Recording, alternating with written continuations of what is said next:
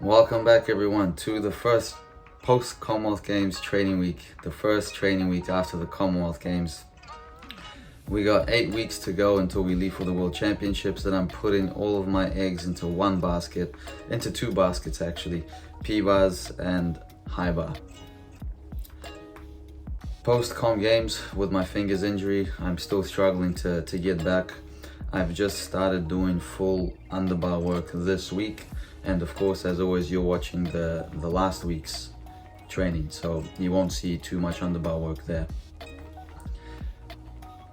I've made myself a goal of getting through 10 full P-bars and 10 full high bar routines before leaving to Worlds. I don't know how likely that is. I think it's possible on P-bars for sure. But I haven't made my planned high bar routine a single time in my life. So that's going to be a massive challenge. I've made a few tweaks as well.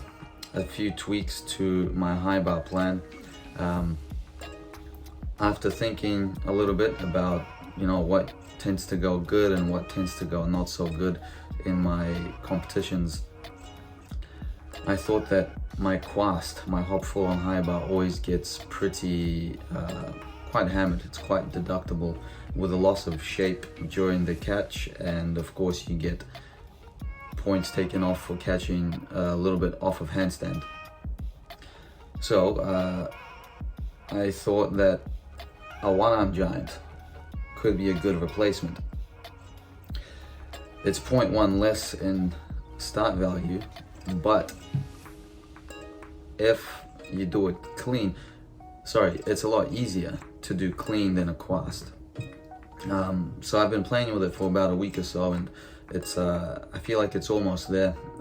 You might see some over here actually, but I still need to let go a bit earlier. Apparently you don't want to let go too late of the arm which you're going to release for the one-arm giant. So you'll see me letting go quite late, so it's not actually a full one-arm giant just yet. And there is a little bit of a loss of shape as I put my hand back on, swinging over the top of the bar. So it's not as easy as I thought it would be, but I do think my chances of doing it without deductions are much higher than doing a quast without deductions. So there you go, you'll see I have that loss of shape at the top. And this is one of the first sessions where I tried it. So I was just throwing it straight into the second half. Another thing I've been working a bit of extra are those double outs on high bar. It's a really good chance for me to focus on a proper tap and retaining a straight or slightly open shape throughout the entire dismount, which of course is what I would need to do when I do a double out full twist, or if the fitness goes well, perhaps even a double out double twist. With the addition of the Cassina, of course it's a skill that requires massive effort, and you'll see me missing for the next 2 weeks. I've been doing nothing but numbers but no catches yet, which has been quite frustrating. But Cassina would replace a Yamawaki. After the Yamawaki, I would have to do an endo. So in terms of the length of the routine, it would not be much longer than the old one. The Cassina simply replaces the Yamawaki. And another thing you'll see me starting on is connecting my two catch-offs.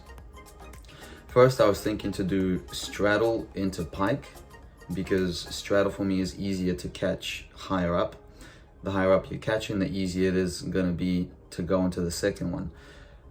But something about that pike just I didn't feel good going for the pike second. So in one turn I decided, okay, what if I do pike first into a tap? And immediately it was clear to me that pike is the way to go. Pike first, then straddle. Again, only a 0.1 bonus, but it's a bonus that, or increase in start value, that isn't too risky, because I wouldn't connect the catch-offs if I catch the first one close.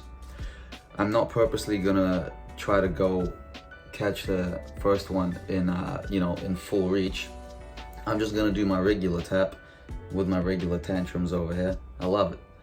So if I catch more or less full stretch, the straddle catch-up isn't too much of a risk. Again, I haven't tried it in a whole first half because I'm not able to do a whole first half yet.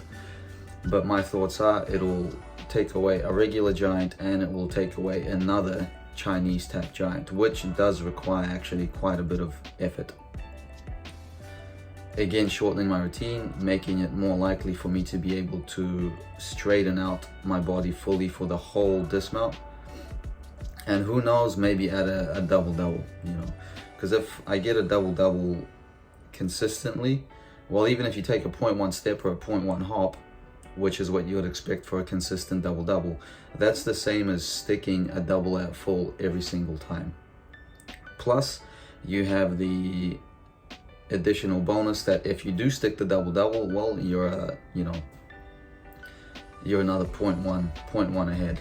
And at a competition like World Championships, presuming I even get through a routine, I'm being pretty negative about getting through a routine. I should be more positive. Getting through a routine with even a 0.1 more is, can be a few, up to 5, sometimes 10 spots in the rankings. It reminds me of 2015 World Championships where I was about 0.2 away from making finals, and just giving me 0.1 would have 0.1 more. So if I had just simply stuck my double pike off P-bars, would have taken me from like a 24th or a 22nd, which is where I was sitting, to about a 15th or somewhere around there. And of course, top 16 is very important for receiving funding in New Zealand. Besides that, nothing much is going to change. I'd like to start working the giant Makuts just in case. Again, but as it stands, the fingers are quite sore, and I've actually gone and overdone it a little bit. I was working a lot of that second part of the Makuts, because one of the reasons I got the injury at Com Games was because my legs shot straight down, and I didn't get that nice kind of upwards pirouette in the Makuts. Didn't have enough time to get my hand down safely. So one of the things I've been working on is to keep my legs up at the top before putting my hand down. And I did so many reps that actually my hand started, I think I got a little bit of a bone bruise.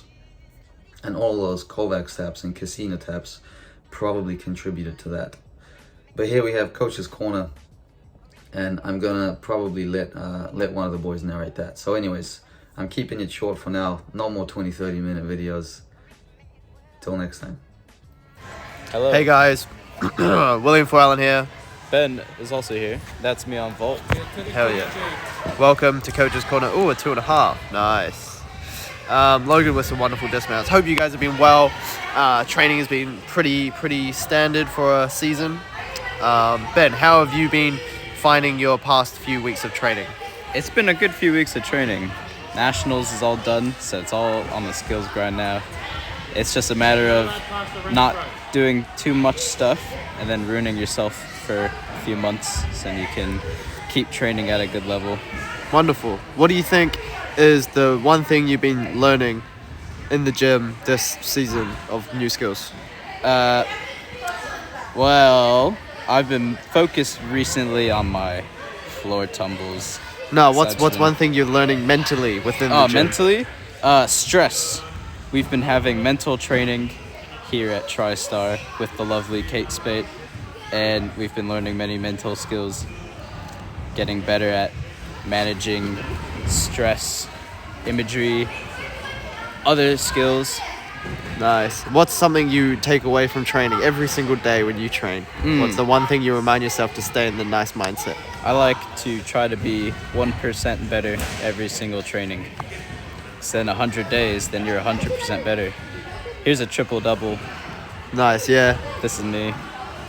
Exactly, I love Straight the to the 1%. face. Anyway, have a wonderful day. You guys are awesome. Kia ora.